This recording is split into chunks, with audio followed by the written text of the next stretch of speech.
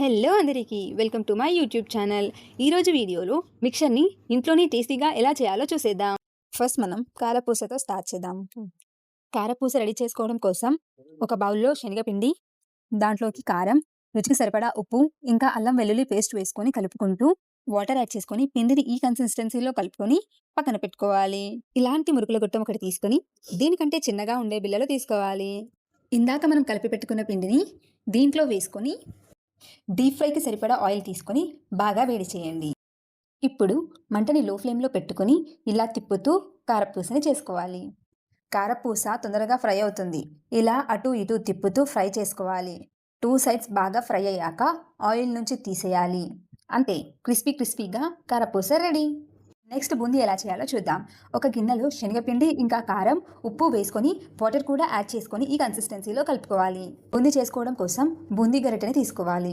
ఇప్పుడు ఆయిల్ని బాగా హీట్ చేసుకొని ఆయిల్లో పిండి వేయగానే వెంటనే పైకి రావాలి, అంత హీట్ చేసుకోవాలి. అప్పుడే మనకి బూందీ అనేది కరెక్ట్గా వస్తుంది. మంటని హై ఫ్లేమ్లో పెట్టుకొని ఇలా బూందీ గరిటెతో బూందీ వేసుకోవాలి. ఇలా వేసుకున్న బూందీని మీడియం టు హై ఫ్లేమ్లో పెట్టుకొని వేయించుకోవాలి. మంచి కలర్ వచ్చే వరకు ఫ్రై చేసుకోవాలి. అంతే, బూందీని తీసుకొని పక్కన పెట్టుకోవాలి. ఒక బౌల్లో పచ్చి శనగపప్పు తీసుకొని వాటర్ యాడ్ చేసుకొని ఓవర్ నైట్ సోక్ చేసుకోవాలి. ఇలా నానిపోయిన తర్వాత క్లీన్ చేసుకొని దీంట్లో వాటర్ మొత్తం తీసేయాలి. ఇప్పుడు ఒక క్లాత్ తీసుకొని మనం క్లీన్ చేసి పెట్టుకున్న శనగపప్పుని ఇలా వేసుకొని రుద్దుకుంటూ డ్రైగా చేసుకోవాలి.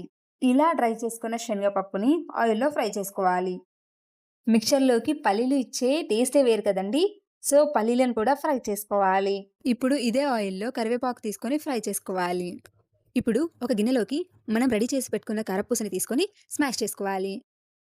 అలాగే బూందీని కూడా వేసుకోవాలి. ఇప్పుడు మనం ఫ్రై చేసి పెట్టుకున్న శనగపప్పు, పల్లీలు ఇంకా కరివేపాకు కూడా వేసుకొని బాగా మిక్స్ చేసుకోవాలి. ఇప్పుడు తగినంత కారం, రుచికి సరిపడా ఉప్పు వేసుకొని బాగా మిక్స్ చేసుకోవాలి. అంతే, టేస్టీగా మన మిక్చర్ రెడీ.